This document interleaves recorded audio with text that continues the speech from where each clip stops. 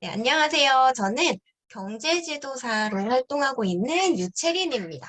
어, 열곡 넘어 성공을 통해서 이렇게 많은 분들을 만나게 돼서 너무너무 영광이고요.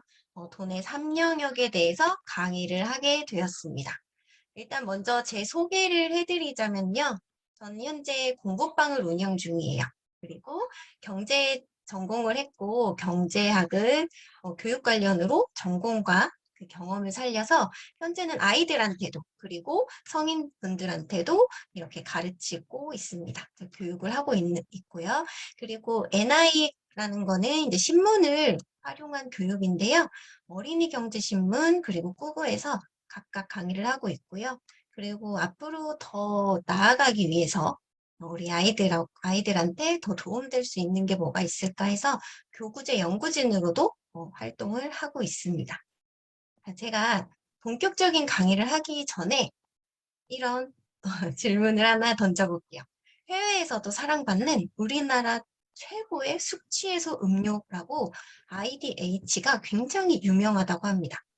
혹시 알고 계시는 분 계신가요? 채팅창에 자유롭게 올려주시면 좋을 것 같아요.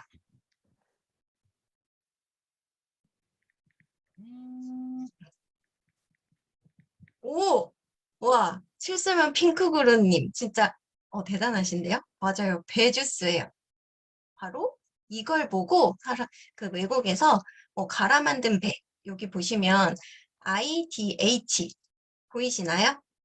IDH. 그래서 외국인들이요, 이거를 배주스인지 모르고 IDH라고 부른대요. 외국인들 눈에는 이렇게 IDH라고 보일만 하죠. 네, 이 문제를 맞추신 분들은 정말 창의적인 생각과 발산적인 사고를 잘 하시는 분들이 아닌가 저는 이렇게 생각이 됩니다. 사실 제가 이 문제를 낸 거는요, 분위기 전환 용도도 있지만 사실 경제 교육에 있어서도 정말 중요한 부분이 바로 이런 아이들의 발산적인 사고이기도 해요. 왜냐하면 생활 속에서 접목이 돼야 하기 때문이죠. 다들 좀 웃으셨으면 좋겠네요. 네. 이 즐거운 기분으로 함께 참여하면서 강의 들어주시면 감사하겠습니다. 자, 우리 본격적으로 한번 대답을 해볼게요. 5월에 한 달 동안, 지금이 5월 말이잖아요. 이 한 달 동안에 우리 얼마 정도 썼는지 채팅창에 나 10만 원 정도 썼다. 그러면 1번. 20만 원대 썼다. 그러면 2번.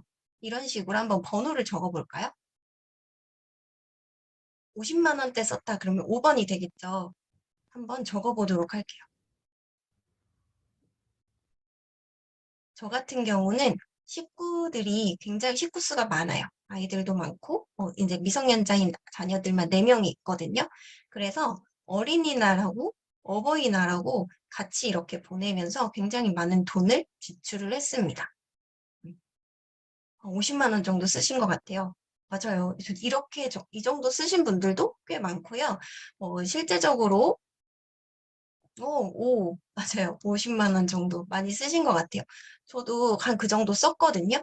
근데 실질적으로 더 계산을 해보면, 친정에도 왔다 갔다 하고 하면서 기름값이나 톨비까지 다 계산하면 훨씬 더 많이 썼더라고요. 음, 실제로 뉴스에 나온 이런 기사 내용을 보면요. 가정의 달 5월이 지출의 달이래요. 그래서 평균 155만 원을 사용한다. 이런 기사들이 쭉 나와 있어요. 이렇게 비용 부담을 느끼고 있고 다들 이렇게 하고 있는데요. 이게 기사에 쓰일 정도니까 가정의 달이 정말 가정을 위한 것인지 헷갈릴 정도예요.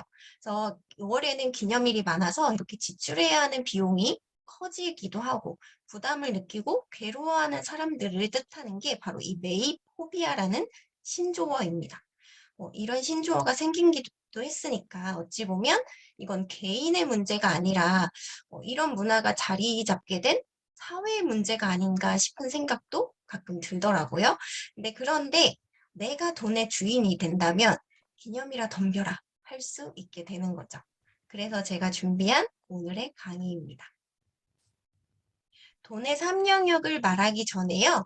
우리 어머님들께서 한번 돈 하면 떠오르는 단어, 이미지 이런 것들을 채팅창에 한번 적어주시면 좋을 것 같아요.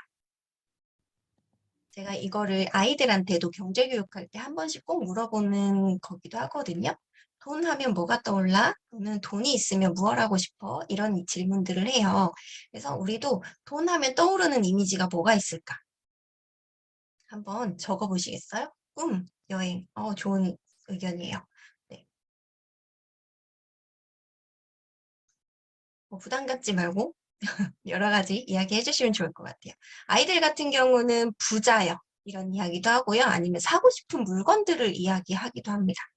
사고 싶은 물건들, 나 이 돈 있으면 뭐 살 수 있어요. 나는 돈이 많았으면 좋겠어요. 뭐 이런 이야기들도 하고요. 그리고 얼마 전에 저 포켓몬빵 샀어요. 이런 식으로 돈으로 내가 했던 일들을 자유롭게 이야기하기도 해요. 맞아요. 서승희님이 말씀하셨는데 자유. 돈이 많으면 그만큼 자유롭게 내가 하고 싶은 걸 할 수 있는 기회가 많아지죠. 이런 것들을 떠올릴 수가 있습니다. 맞아요. 시간도 돈 연결이 될 수 있죠. 충분히. 네. 이런 것들을 떠올리게 되는데요. 우리 그렇다면 과연 돈의 3영역이라는 게 도대체 뭘까? 왜 이 유채린이라는 강사가 돈의 3영역을 이야기하고자 하는 걸까? 한번 알아보도록 하겠습니다. 돈의 3영역은요, 바로 이거예요. 잘 벌어보자, 잘 써보자, 그리고 잘 모아보자. 잘 벌고 잘 쓰고 잘 모으는 것. 이게 바로 돈으로 할 수 있는 세 가지 영역이 되는 겁니다. 그리고 우리가 현실적으로 마주하는 돈에 대한 상식이기도 하고요. 돈을 어떻게 운용해야 될지에 대한 중요한 3요소이기도 한 거죠. 첫 번째 영역으로 잘 벌어보자. 잘 버는 법에 대해서 한번 이야기해 볼게요. 혹시 우리 여러분들은 잘 버는 법이 어떤 게 있는지 혹시 알고 계시나요? 나는 이게 잘 버는 것 같아. 나는 이렇게 해서 소득을 얻는 게 좋은 소득인 것 같고 잘 버는 방법인 것 같아. 라고 하시는 게 있나요?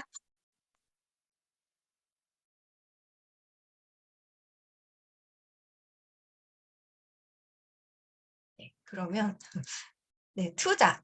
투자도 아주 좋은 소득이라고 볼 수 있죠. 맞아요. 그리고 이런 것들이 있습니다. 보통 소득이라고 하면 사람들이 무엇을 떠올리냐면 이런 직업들을 떠올려요. 맞아요. 좋아하는 일로 돈 버는 거, 이것도 아주 바람직한 소득 활동 중에 하나죠. 그래서 의사, 공무원, 교사 같은 공무원, 그리고 작곡가, 대기업 회사원, 이렇게 제가 대표적으로 네 개의 직업을 가지고 비교를 한번 해볼게요. 이 중에서 여러분들은 누가 가장 돈을 많이 벌다고 생각하세요? 누가 가장 돈을 많이 벌 것 같아? 아니면 누가 가장 현명하게 돈을 벌고 있는 것 같아? 한번 대답해 볼까요? 채팅창에 올려주셔도 되시고요. 음, 채팅이 좀 번거롭다 하시면 마이크 켜고 말씀을 해주셔도 됩니다.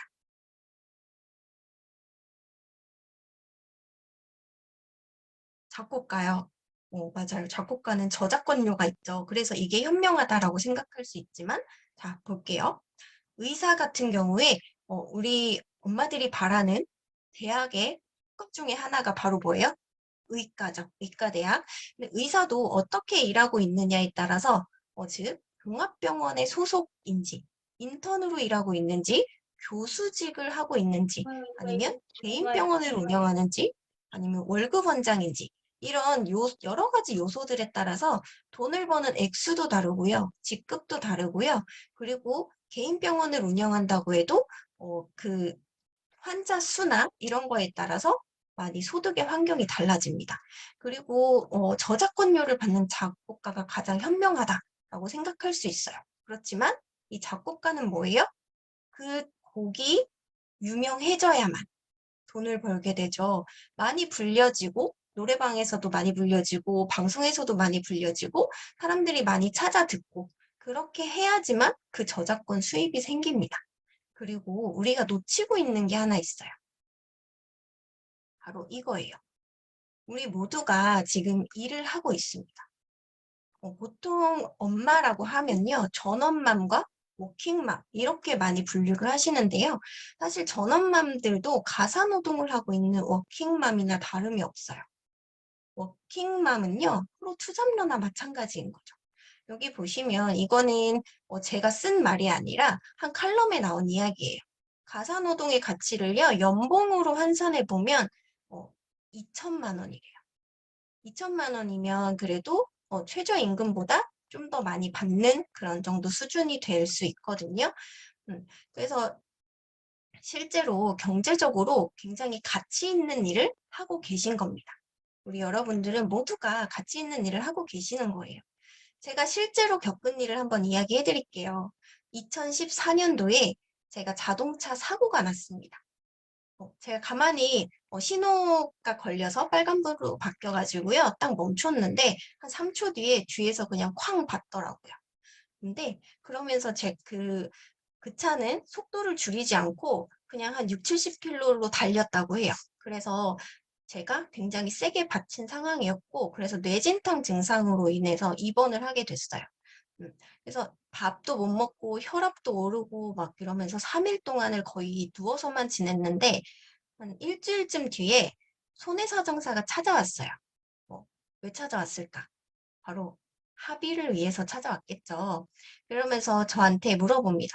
"무슨 일 하세요? 급여가 얼마세요?" 이렇게 물어봤는데 그때 당시에 저는 한 최저임금으로 직장 생활을 하고 있었어요. 그래서 한 135만 원 요 정도 받았거든요. 그랬더니 그분이 그럼 주부라고 적어 둘게요." 이러시는 거예요. 그래서 제가 "아니 왜요? 저 일하고 있는데요." 했더니 "주부가 월 급여가 더 높게 책정돼서 그게 합의할 때 유리합니다." 이러시는 거예요. 그래서 제가 정말요?" 이렇게 되물었어요. 궁금하겠죠. 그래서 "그 주부의 월 급여가 어느 정도로 책정되는 건데요?" 하고 여쭤봤더니 저한테 써서 보여주시더라고요. 그 금액이 한 190 정도 됐습니다. 그 당시에. 한 180 9만 몇천 막 이렇게 써지더라고요. 그러면서 190 정도라고 했어요. 그러면서 쉰 만큼의 보상이 나오기 때문에 월 급여가 높은 게 더 유리하다면서 저한테 주부로 적어서 제출하겠다 이렇게 말을 했었어요. 사실 그분도 그 손해사정사도 여자분이셨기 때문에 저처럼 일하는 엄마들에 대한 이런 걸 좀 감안을 해 주시는 거죠. 근데 우리 이렇게 통계적으로 나오고 수치로 잡혀 있다고 하지만 만족할 수 없죠. 사고 나길 바랄 수도 없는 노릇이고 그리고 경제적인 효과를 내 눈으로 직접 확인할 수가 없기 때문이에요. 그래서 가사노동에 대한 가치가 외면적으로는 많이 떨어져 있는 상황이기도 합니다. 그래서 우리는 겉으로는 아닌 척해도 이 자본주의 사회에서 돈이 내 주머니에 돈이 들어와야지만 소득으로 보이기 때문인 것도 사실 그 이유에 해당이 돼요. 그러면 정말 우리가 말하는 돈을 버는 사람들은 누구일까요? 현금 흐름의 사분면 ESBI 여기 보시면요. 이거는 이제 부자 아빠 가난한 아빠에 나오는 유명한 사분면이에요. 그래서 E는 공급 생활자를 뜻하고 S는 자영업자, 그러니까 사업 소득이 있으신 분들을 뜻하고요. B 같은 경우는 이제 기업가. 기업가도 사업을 하는 사람이기도 하지만 이 S와의 차이점을 본다면 이거는 그냥 동네에서 장사하시는 아니면 나만의 약간 소상공인들 이런 분들이 되시는 거고요. 그리고 여기 B에 해당하시는 분들은 현대자동차의 현대 회장 이러신 분들이 B에 해당하시는 거예요. 그리고 I는 뭐냐 하면 투자가입니다. 재산소득이나 어, 재산소득 같은 걸 받으시는 분이죠. 배당을 받는다거나 임대소득을 받는다거나 하시는 분들인데요. E와 S는 시간과 돈이 비례하는 그런 걸 이야기하고요. 그리고 B는 나를 위해 일해주는 사람들이 있는 분들을 이야기해요. 그리고 I는 돈이 돈을 위해서 일하고 돈이 계속해서 불어나는 이런 상황을 이야기하고 있습니다. 그러면 우리는 이 S 분면에서 BI 쪽으로 가는 것을 더 현명하다라고 생각할 수가 있는 건데요. 그러면 제가 여기 적어 놓은 이 사람들 중에 B에 해당하는 사람들은 누구일까요? 한번 생각해 보시겠어요? B에 해당하는 사람과 I에 해당하는 사람들이 어떤 사람들이 있는지 한번 적어보시면 좋을 것 같아요. 맞아요. 이 워렌 버핏 같은 경우는 지금 굉장히 사업가로도 유명하고 투자가로도 유명하죠. 맞아요. 졸리 대표님도 투자가이기도 하고 사업가이기도 합니다. 굉장히 큰 자산 운용사를 운용하고 계세요. 특히 존리 대표님 같은 경우는 여기 레리 페이지라는 분은요. 페이스북 창시자예요. 그래서 레리 페이지나 존리 이런 분들은 여기 B에도 해당된다라고 볼 수가 있는 거죠. 그리고 유튜버도요. 사실 수익화가 많이 이루어진 그런 인플루언서 같은 유명한 유튜버들은 I에 해당한다고도 볼 수가 있어요. S인 것 같지만 I에도 해당하는. 왜? 내가 옛날에 찍어놓은 그 영상들이 알아서 일을 하고 있습니다. 그 영상에 대해서 내가 뭔가를 더 하지 않아도 사람들이 계속해서 봐주면 거기에 광고가 달리고 그걸로 인해서 수익을 얻고 유튜버들도 굉장히 유명해지면 I가 되는 거예요. 돈으로 투자한 건 아니지만 물론 장비를 사거나 하는 데에 돈을 투자하기도 했겠지만요. 영상이 돈을 위해 일하고 있는 그런 상황이 되는 거죠. 자, 그렇다면 우리 학부모님들이 오셨으니까 아이들이 할 수 있는 소득 활동도 알고 있어야 되겠죠. 그러면 우리 아이들이 할 수 있는 소득 활동, 이것도 근로소득과 사업소득, 재산소득, 이전소득 이렇게 나누어 볼 수가 있는데요. 어떤 것들이 있는지 제가 한번 안내를 해드리겠습니다. 혹시 이거에 대한 답을 알고 계시나요? 알고 계신 게 있으면 한번 답변을 들어보도록 할게요.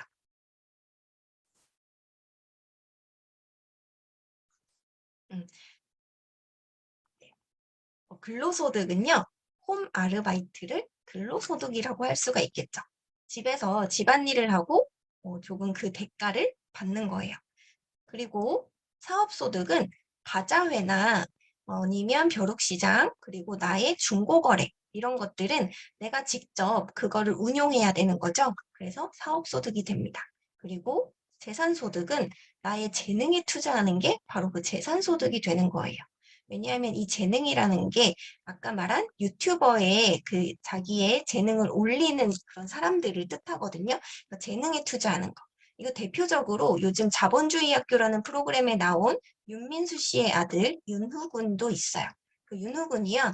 그림을 굉장히 잘 그려서 NFT 시장에 투자를 했습니다. 그래서 NFT 시장에 그림을 올려서 얼마 전에 5만 7천 원인가 수익을 얻었다고 해요. 근데 그 그림은 5만 7천 원 수익만 얻고 끝나는 게 아니라 앞으로도 계속해서 판매가 이루어지면 계속해서 소득이 발생합니다. 그래서 그런 것도 재능에 투자하는 것도 일종의 재산 소득이 될 수 있는 거죠. 그리고 이전 소득은 내가 아무 대가 없이 받는 돈을 이야기해요. 그래서 용돈이 여기에 해당이 됩니다.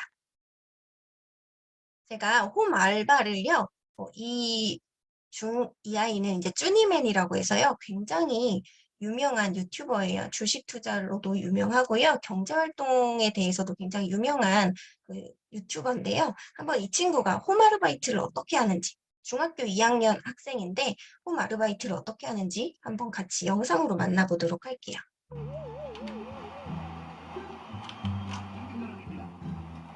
오, 시작하자마자 바로 골 터질 뻔했어.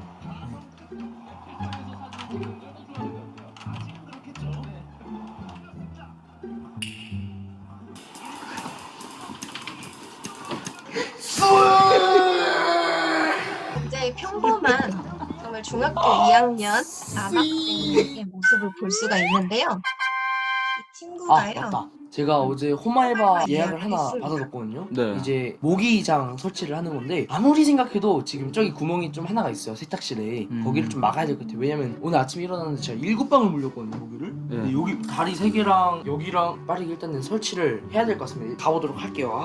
공부하는데 방해가 좀 심하게 됐거든요.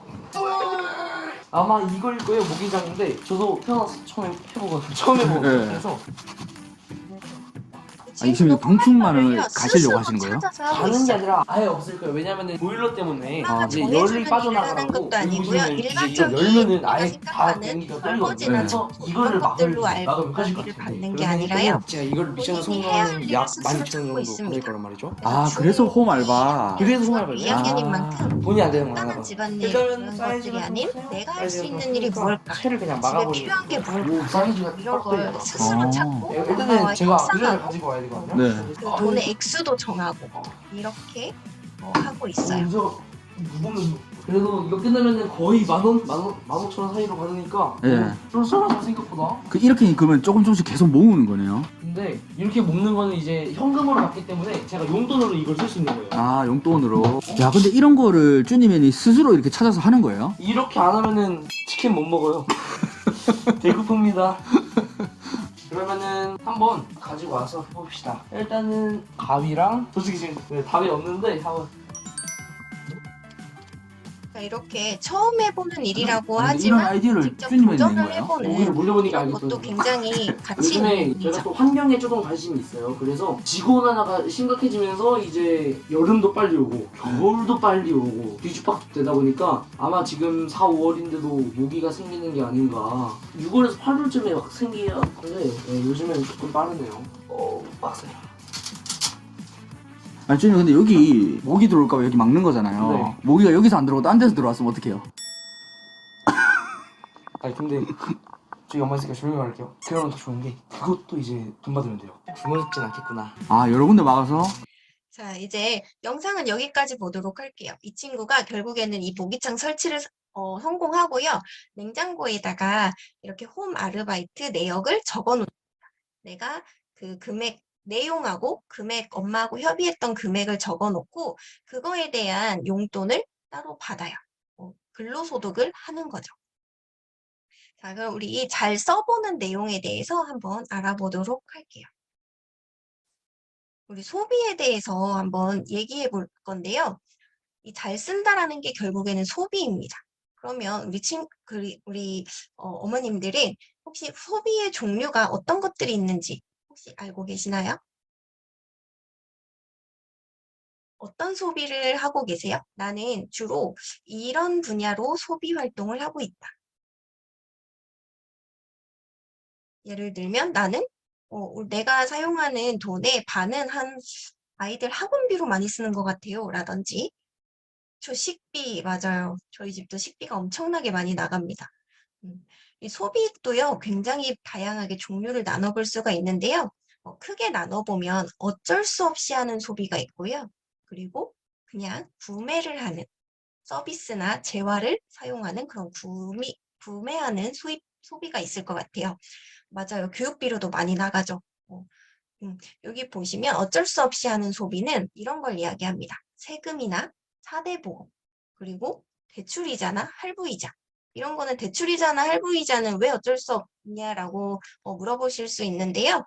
대출이자나 할부이자는 내가 쓴 돈이 아니죠. 내가 쓴 거는 그 대출의 원금이고 할부의 원금이지 그 이자에 대해서는 내가 그 할부를 하고 대출한 거에 대한 대가로 지불을 하는 어쩔 수 없이 하는 소비인 거예요. 그리고 그 구매를 하는 거에도 현명한 소비가 있고요. 맹목적인 소비가 있습니다. 그냥 앞뒤 가리지 않고 맹목적으로 소비한다. 과소비를 뜻하겠죠.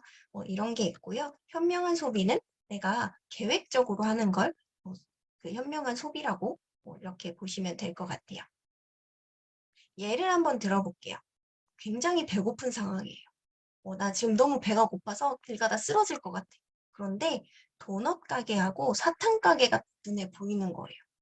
둘 중 하나를 골라야 한다면 어떤 게 현명한 선택일까요? 도넛 가게 1번, 사탕 가게 2번. 한번 채팅창에 올려볼까요?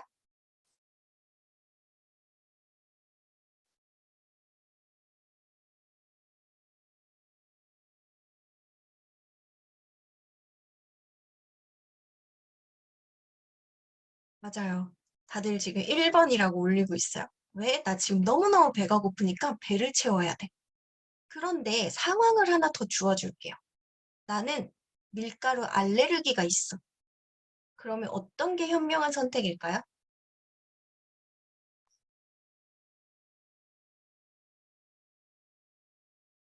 그렇게 되면 2번이 현명한 선택인 거죠. 맞아요. 현명함의 기준은 이렇게 내가 처한 상황에 따라서 달라질 수가 있다라는 거예요. 그래서 누군가가 어떠한 소비를 했을 때 이건 과소비야, 이건 소비야. 내가 정하면 안 되고요. 그 소비를 한 사람이 처한 상황을 봐야 한다는 겁니다. 그리고 그것이 바로 합리적이고 현명한 소비가 되는 거예요. 자, 두 번째 상황을 한번 보도록 할게요. 내일 학교에 가야 되는데요. 필통이 없어졌어요. 나 지금 밤 9시야. 어디 가서 이걸 살 수도 없어요. 집에 여유분도 없고 그래서 일단은 급한 대로 편의점에 갔는데 요 물건들이 있는 거예요.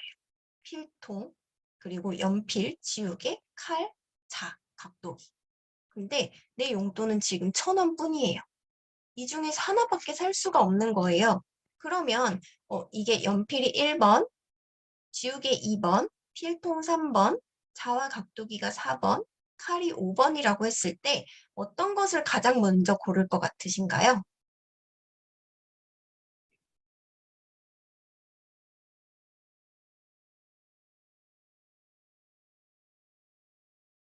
다들 1번을 많이 대답을 해주고 있어요.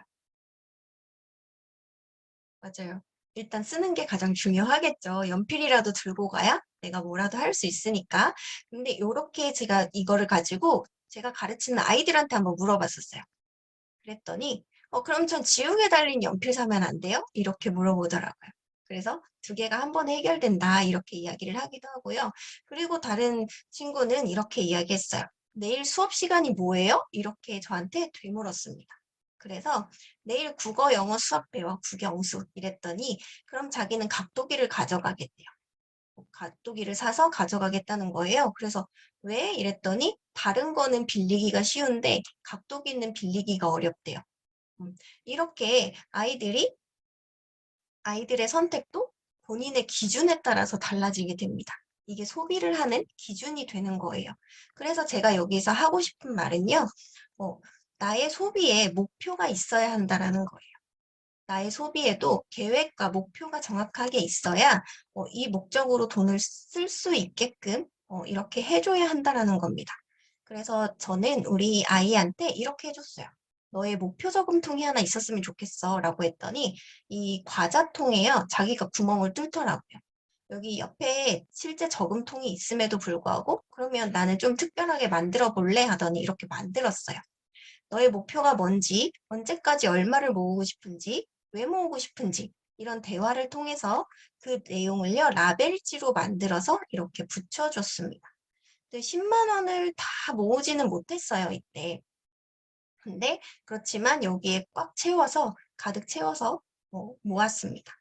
대부분 이런 거를 저금이라고 하는데요. 저는 아이한테도 이야기를 했고 많은 분들한테도 이렇게 이야기를 해요. 목표가 있는 소비를 위한 통이다라고 이야기를 하고 있습니다. 모으고 있지만 나를 위해 쓸 거라는 그 목표가 정확하게 있기 때문에 저는 소비통이라고 하는 거죠. 또 잘 쓴다는 거는 또 있어요. 이 그림 보시면 혹시 어떤 내용이 떠오르시나요?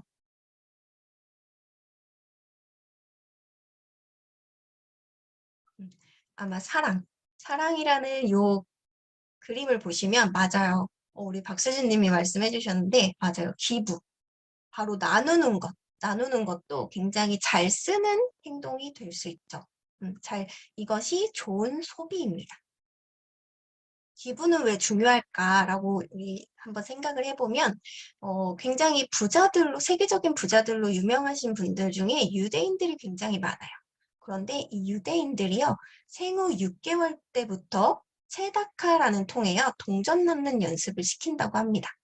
이 체다카라는 게요, 기부를 위한 돈을 모으는 저금통을 뜻해요. 정의라는 뜻도 가지고 있는 단어라고 합니다. 근데 우리 유대인들이 체다카에 이렇게 저금을 하면서 기부와 자선을 가르치는 이유는요, 돈의 힘을 가르치기 위한 거라고 해요. 이 돈의 힘을 제대로 느끼고 제대로 사용하라는 그런 의미가 담겨 있는 거죠. 그렇다면 우리가 할 수 있는 기부는 어떤 게 있을까요?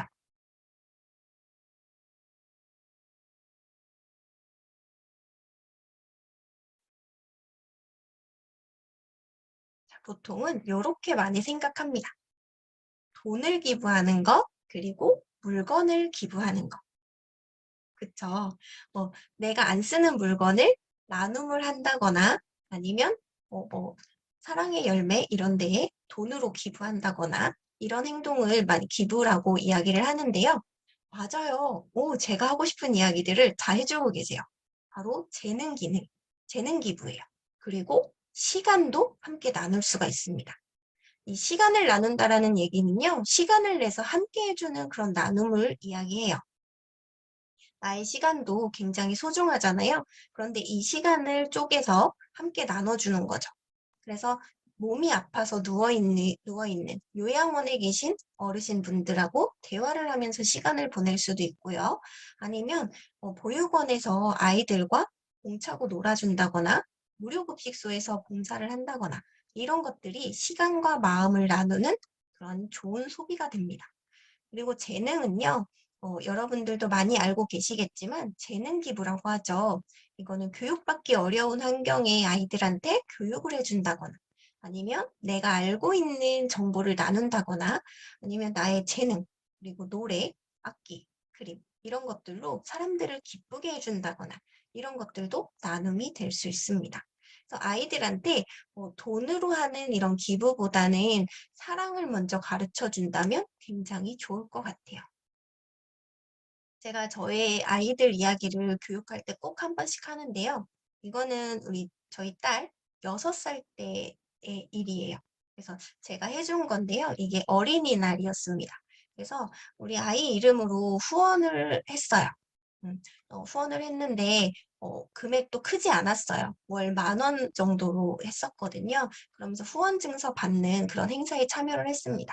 그래서 저의 메시지를 사랑으로 함께하는 마음이 소중하게 전달되길 바란다 이런 이야기를 써주면서 제가 편지글 써주면서 같이 이렇게 했었죠. 근데 이걸 보면서 아이가 느끼는 바가 굉장히 많이 있겠죠. 그리고 제가 이때 해준 이야기가 있어요. 우리가 먹는 거 마음껏 못 먹고 따뜻한 물이 나오지 않아가지고 힘들어하는 친구가 있대. 이런 이야기들을 해주면서 아이한테 우리 아이가 네가 공주 원피스 살 돈으로 도와주면 어떨까? 이렇게 시작을 하게 되었어요. 그래서 이 이야기를 들은 우리 할머니께서 또 원피스는 사주시고 저는 아이에게 이 기부를 가르쳐 줬었습니다. 그래서 꼭 이렇게 해야 한다는 건 아니에요.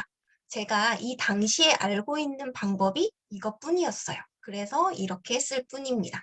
근데 여러분들은 지금 더 다양한 방법들을 많이 알게 되셨잖아요. 그래서 그 다양한 방법으로 돈의 힘, 그리고 나의 재능의 힘을 이용해서 나도 즐겁고 세상도 즐거운 그런 즐거운 소비, 현명한 소비를 한번 해보시기를 바랍니다. 마지막으로 잘 모아보자입니다. 마지막으로 이 모아보자라는 거는요.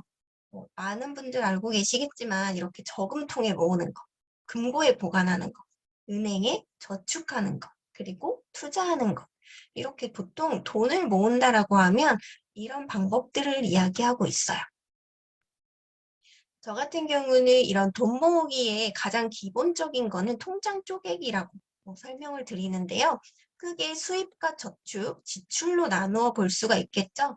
그래서 수입에서 나가는 돈, 그리고 저축과 지출 부분으로 쪼개서 이렇게 통장을 나누어 주시고요. 그 다음에 수입 통장에 남아있는 돈으로 예비비, 그리고 비상금이 되는 거죠. 이 수입 통장에 남아있는 돈이요. 그리고 저축은 말 그대로 정기적금을 들거나 하는 그런 은행에 하는 적금이 있고, 그리고 투자를 위해서 모으는 돈으로 나누어 볼 수가 있을 것 같아요. 그리고 지출은 가정경제를 돌보는 이런 가계, 그리고 자녀를 위해 나가는 학비나 자녀를 위한 용돈 이런 것들이 자녀 부분에 해당할 수 있겠고요. 그리고 용돈은 자녀의 용돈이 아니라 나의 용돈입니다. 내가 나를 위해 쓸 수 있는 용돈. 이런 식으로 저는 통장을 한번 쪼개보세요라고 이야기를 해요. 물론 더 세세하게도 나눌 수 있지만 관리하기가 너무 힘들어지면 그게 작심삼일이 되어버리는 경우들이 많기 때문에 저는 이 정도로 조금 간소화를 해 놓은 상황이에요. 그래서 여러분들도 이렇게 해주셨으면 좋겠고요. 그리고 저축과 투자라는 부분이 우리가 말하는 모으기가 될 거예요. 그럼 현명하게 모으기를 위한 통장 쪼개기 꼭 한번 해보시고요. 예비비를 모아두는 것도 이렇게 하시면 한결 쉬워집니다. 근데 통장 쪼개기를 좋은 거 알지만 하기 어려워 하시는 분들이 계신데 어플을 이용해서 다양하게 돈을 모을 수 있는 방법을 제가 조금 소개를 해드릴게요. 바로 짠테크2를 이용하는 거예요. 이 짠테크라는 거는 짜다와 재테크의 합성어예요. 그래서 절약을 통해서 투자를 위한 종잣돈을 모으는 방식을 바로 짠테크라고 이야기하는데요.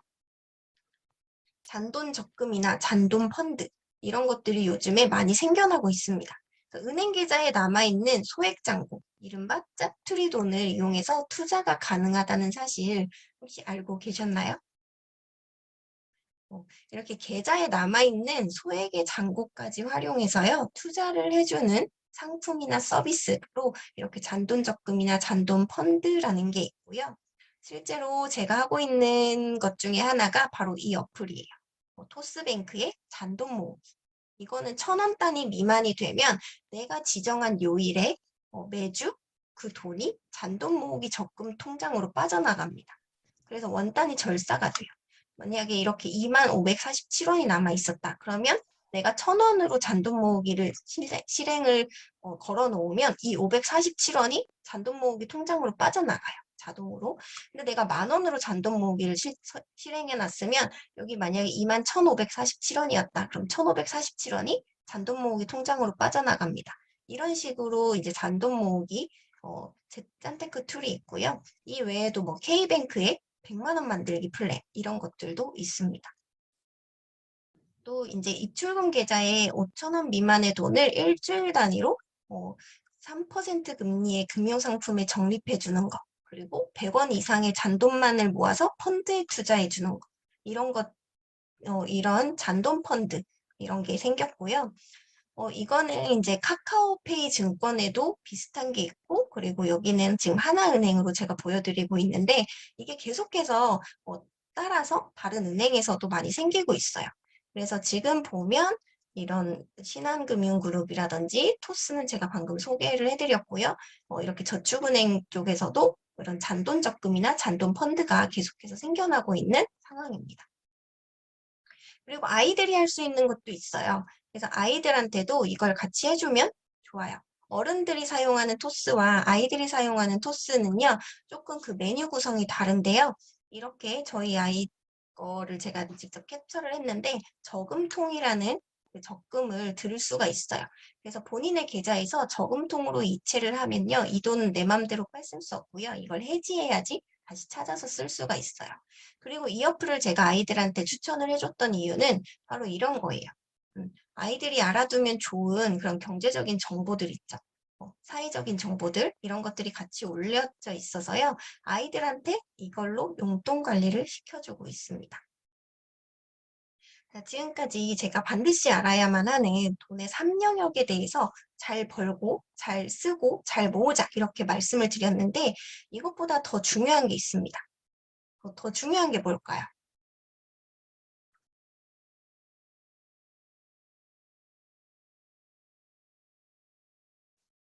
더 중요한 거는 바로 잘 유지하기예요. 돈을 유지하자라는 게 아니라 이 습관을 유지하자입니다. 사실 마음 먹는 거는 굉장히 쉬워요. 시작이 반이다라는 말처럼 시작하는 건 그보다 조금 더 어렵기는 하죠. 그런데 그 시작할 때 그 마음을 유지하지 못하고 습관화하지 못하면 지금 내 것으로 만들지 못하면 아무 소용이 없습니다. 그래서 잘 유지하기. 이것은요, 부자로 가기 위해서 가장 우선시 되어야 하는 그런 부분이에요. 따라서 이 어머님들도 아이와 거창하게 무언가 해보자 하고 막 이렇게 거창하게 하기보다는 유지할 수 있는 부분을 조금씩 조금씩 확대해서 나가는 방향으로 시작하셨으면 좋겠습니다. 네, 제가 하는 교육 중에 하나가 바로 이 습관을 유지하는 힘을 기르는 거예요. 그래서 신문 읽기 프로그램을 지금 진행을 하고 있고요. 이 신문 읽기는 그 습관 형성뿐만이 아니라 문해력을 길러주기도 하고 경제 교육에서도 필수로 여겨지는 분야이기도 합니다.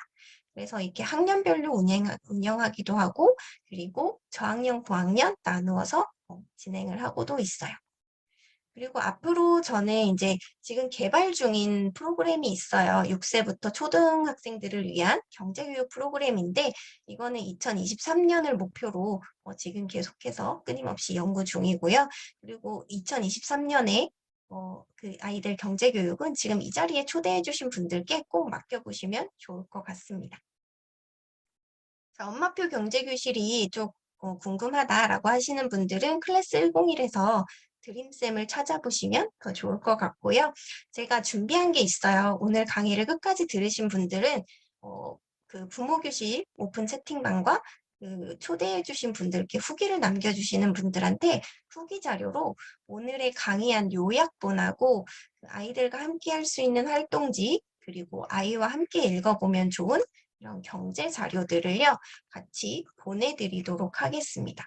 후기 남기신 후에 구글 폼은요, 선생님들 편으로 보내드리도록 하겠습니다. 네. 저와의 소통 창구는 이렇게 다양하게 마련되어 있으니까요, 궁금하신 분들은 언제든지 문의 주시면 감사하겠습니다. 오늘 저의 강의는 여기까지입니다. 오늘 제 수업을 들어주신 모든 분들이 경제적 자유를 얻기 위한 돈의 가치를 아는 행복의 길에 들어서신 것이라고 저는 확신을 합니다. 네, 모두 들어주셔서 감사합니다.